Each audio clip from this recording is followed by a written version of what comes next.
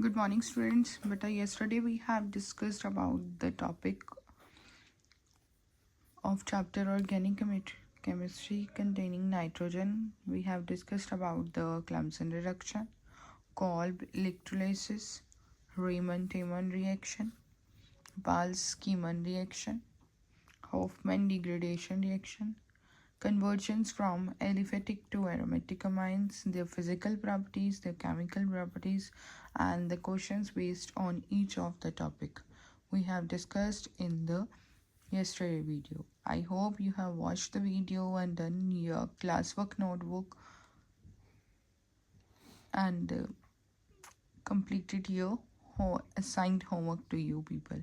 So, and today we are going to practice more question based on this chapter, so let's continue with that.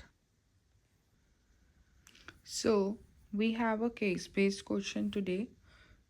Case study is given: an aromatic organic compound A on heating with NOH3 amine and cuprous oxide at high pressure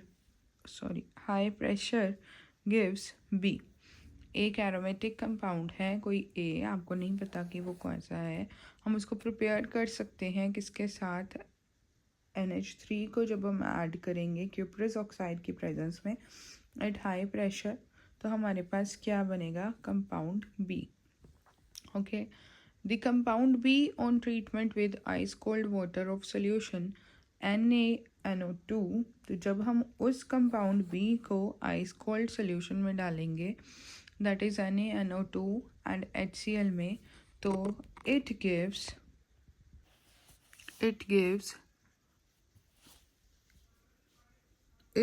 C, which on heating with cuprous HCl gives compound A. Again, identify the compounds A, B and C.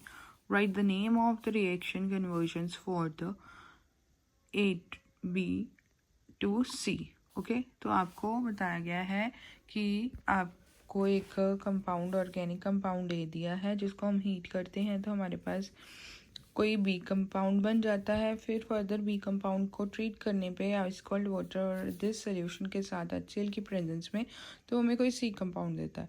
तो हमें ये identify करना है कि वो कैसा compound है. So let's identify that.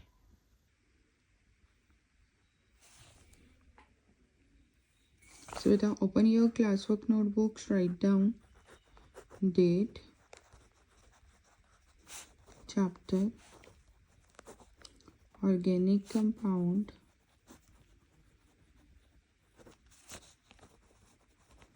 containing nitrogen. Okay, सबसे पहले हमें आइडेंटिफाई करना है स्टेप 1. तो स्टेप 1 मैं आपको हिंट दे रही हूँ, you are suppose to write properly. Step 1 में हमें उसने सिर्फ इतना बताया कि कोई ऑर्गेनिक कंपाउंड है, तो हम उसको कैसे प्रिपेयर करेंगे. तो जो भी हमें नहीं गिवन तो हम लेंगे बेंजीन. तो ये हमारे पास एक ऑर्गेनिक कंपाउंड है. जैसे ही हम उसमें NH3 और क्यूप्रस ऑक्साइड डाल के उसको हीट करेंगे और हाई प्रेशर प्रोवाइड करेंगे, तो ये हमारे पास बना देगा aniline. So this is compound A and this gonna be a compound B. ठीक है. अब इसी compound B में suppose we are having NH2, इस compound B में जब हम ऐड करेंगे NaNO2 और HCl मॉलिक्यूल, तो ये हमें एक न्यू कंपाउंड देता है जिसको हम बोलते हैं, और टेम्परेचर कितना है 0 to 5 डिग्री सेल्सियस. तो ये न्यू कंपाउंड गिवन करेगा और जिससे हम आइडेंटिफाई करना है कि ये कैसी रिएक्शन हो सकती है. अब देखिए, हमें पता है कि जब भी हम एनालिन को रिएक्ट कराएंगे इन दोनों के साथ तो will have a diazotization reaction, right. तो हमें ये कंफर्म है कि जब ये रिएजेंट गिवन होंगे एनालिन के साथ रिएक्ट करने पे, वो हमें क्या देंगे, डायएज़ोटाइजेशन. डायएज़ोटाइजेशन में क्या होता है हमारे पास, that we have C6H5 N2 positive Cl negative.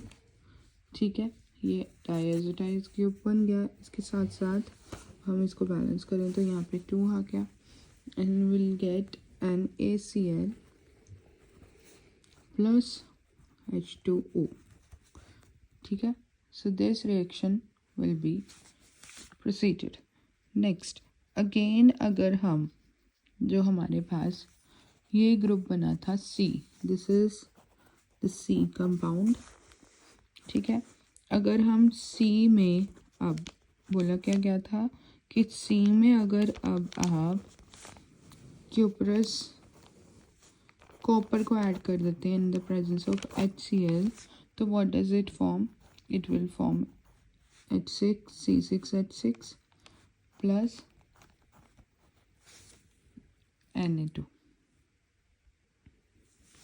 तो will get this compound. So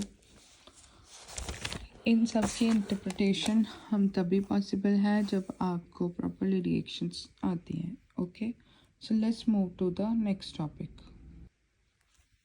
the next question is how can the following conversions be brought about. तो जो फॉलोइंग कन्वर्जन्स हैं हम उसको कैसे कर सकते हैं. The first conversion is ester aldehyde to ester aldehyde phenyl. The second conversion is benzoic acid to aniline. ठीक है, benzene to benzene diazonium chloride. 3 conversions आपको गिवन है कि आपको कन्वर्ट करना है एस्टर एल्डिहाइड को एस्टर एल्डिहाइड फिनाइल. आप यहाँ पे वर्ड ऐड कर लें, दैट इज फिनाइल हाइड्राजोन. ठीक है, then benzoic acid to aniline, then benzene to benzene diazonium chloride. तो इन कन्वर्जन्स को करने के लिए हमें सबसे पहले उनके नेम्स जो हैं वो फॉर्मूला जो हैं वो आने चाहिए. ठीक है, so I am going to show the conversions. कैसी कन्वर्जन्स जो हैं इसमें हैं. तो जब भी आपने कन्वर्जन्स करनी है, कन्वर्जन्स के दौरान आपने एक केमिकल रिएक्शन लिखनी है. जो भी उसमें ऐड हो के वो प्रोडक्ट हमारे पास बनेगा वो आपने प्रॉपर लिखना है. सेकेंडली जो उस रिएक्शन में यूज़ होने वाले केमिकल रिएजेंट है वो आपको हर एक केमिकल रिएजेंट को मेंशन करना है ऑन द एरोज. ठीक है, अगर आप उन रिएजेंट्स को मेंशन नहीं करोगे you will lose your marks and because that reagents plays a crucial role. तो आपको वो मेंशन करने ही करने हैं. ठीक है, so I am going to show you.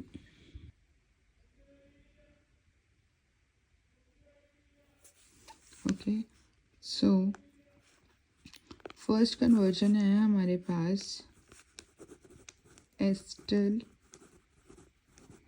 Aldehyde to ester aldehyde phenyl hydrazone. ठीक है, अब एस्टर एल्डिहाइड का फॉर्मूला आना चाहिए. अगर वो ही नहीं आता तो सपोज हम कैसे ही आगे फर्दर करेंगे. सो एस्टर एल्डिहाइड इज CHO. ठीक है, I am writing it in opening way so that you have more clarity. इसमें अब हम क्या डालें कि हमारे पास फिनाइल हाइड्रोजोन बन जाए. ठीक है, तो अब हम इसमें एडिशन करेंगे aniline H2N HNC6H5 hydrogen add करेंगे. ठीक है, और उससे ही फिनाइल हाइड्रोजन की फॉर्मेशन होगी हमारे पास. अब ये कन्वर्ट होके हमारे पास फॉर्मेशन हो जाएगी इसकी CH3CH double bond NH NC6H5 plus water. ठीक है, will get phenyl ester aldehyde phenyl hydrazone. Will get this. Okay, so next conversion थी हमारे पास कि बेंजोइक एसिड को एनिलीन में कन्वर्ट करना है. Benzoic acid benzoic acid to aniline। Benzoic acid का फॉर्मूला क्या होता है? C6H5COOH।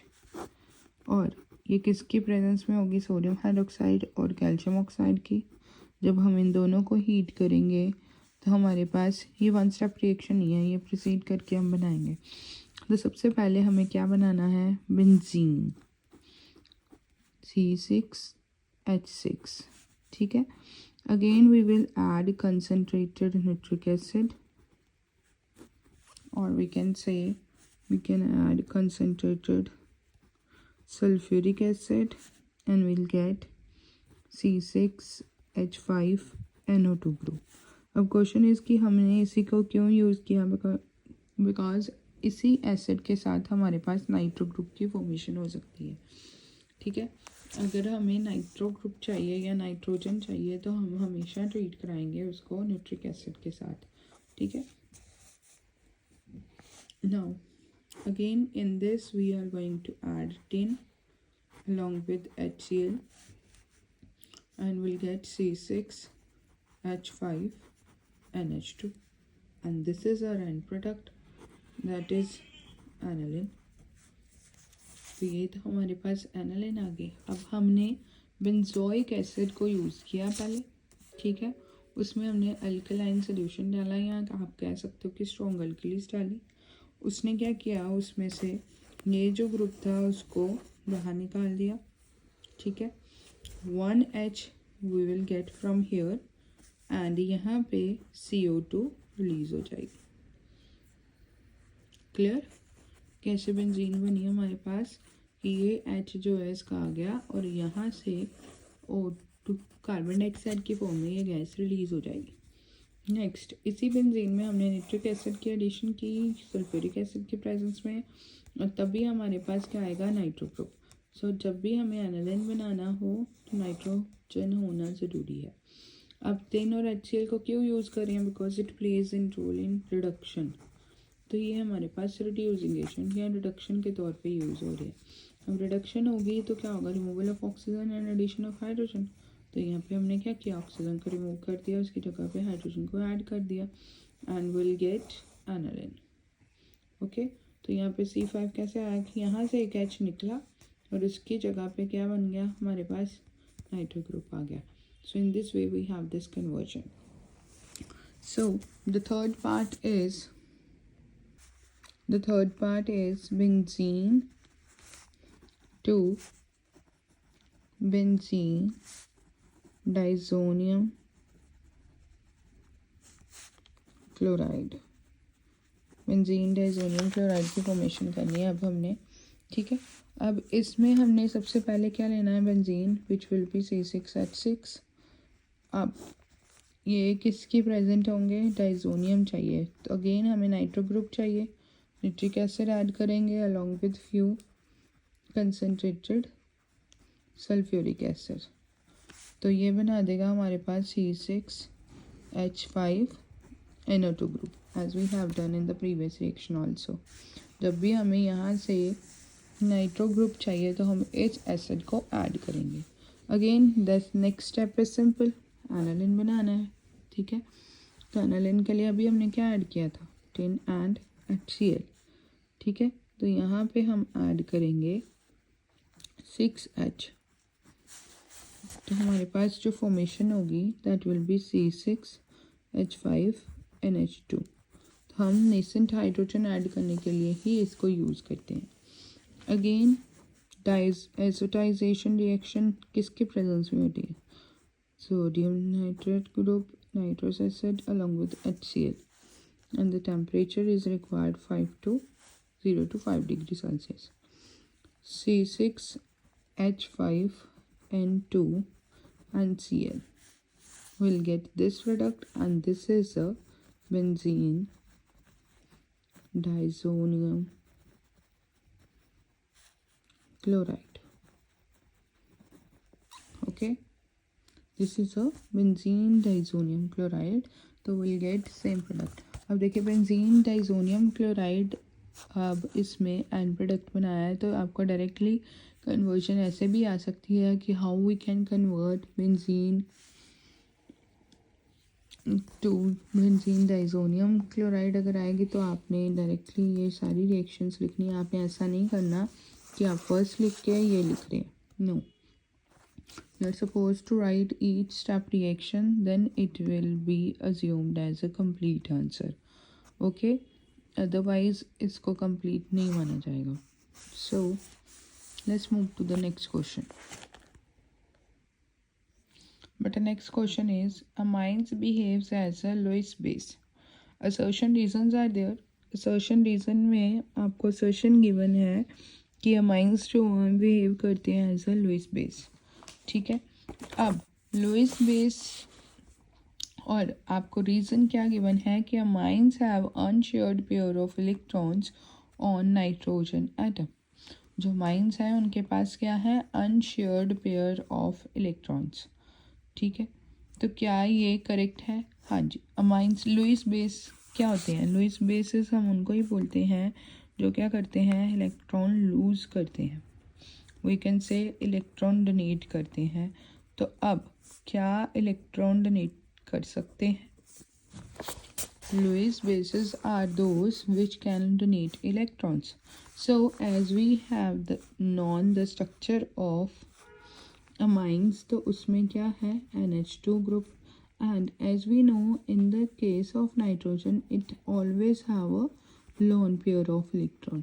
ठीक है, तो वो लोन पेयर ऑफ इलेक्ट्रॉन होने के कारण जो अमाइंस है हमारे पास वो बिहेव कर सकते हैं एज अ, अब what is lone pair? Lone pair is an unshared pair of electrons. ठीक है, so amines behave as a Lewis base is assertion, it is a correct.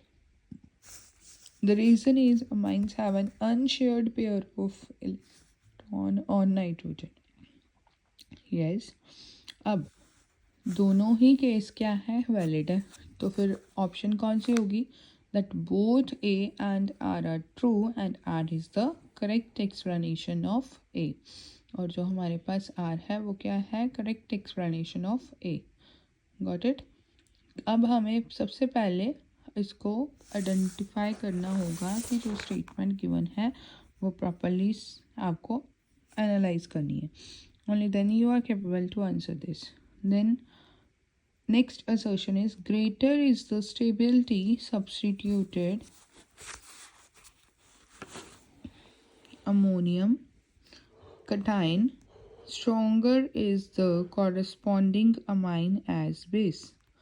Greater is the stability of substituted ammonium cation, greater and stronger is the corresponding amine as base, उतना ही stronger corresponding amine होगा base में। The other half basicity of aliphatic amines is, और आपको order दिया है primary then secondary and tertiary. So let's understand, अब इसको समझें। ग्रेटेस्ट जितना ज़्यादा, हाँ जी, ग्रेटेस्ट स्टेबिलिटी होगी, एज वी नो जितनी ज़्यादा स्टेबिलिटी होगी, ठीक है, greater is the stability of the substituted ammonium ion, ammonium cation, stronger is the corresponding amine as a base. और ऑर्डर आपको दिया है कि प्राइमरी अमाइंस हैं, सेकेंडरी अमाइंस हैं और टर्शरी अमाइंस हैं।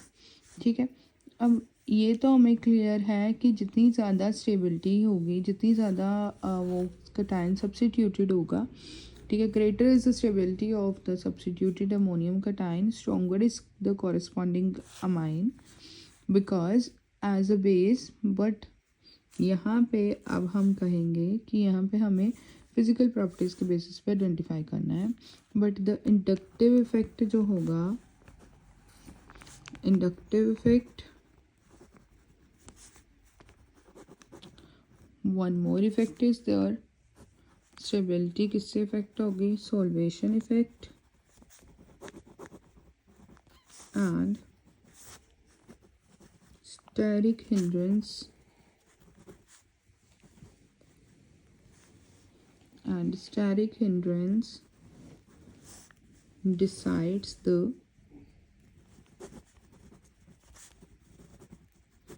of the alkyl group decides the basic strength